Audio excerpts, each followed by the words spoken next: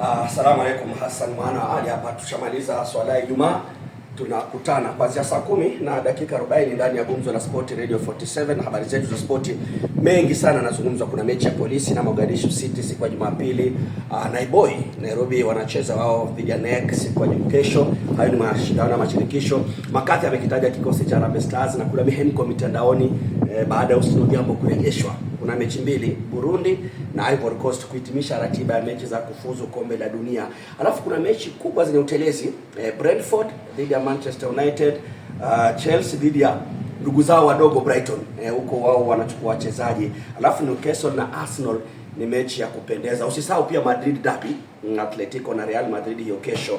Lakini utayo 9, usisahau baada ya Bahari ya Elimu kesho tunaelekea Sarit Center. Nitakuwepo kwenye kibanda cha Oxford wakati wa maonesho ya vitabu. Njoo tupige gumzo kuhusu uandishi, utangazaji na pia kujua mengi kuhusiana na kamusi ya Kiswahili sanifu. Leo neno lao kubwa ni hili, zingwe zingwe. Zingwe zingwe unaambiwa tazama vitimbi au makiri. Mfano katika sentensi, kijana anayerekodi hii video anaitwa Haron Thoya, ni mwingi wa mazingwe zingwe. Mazingwe zingwe.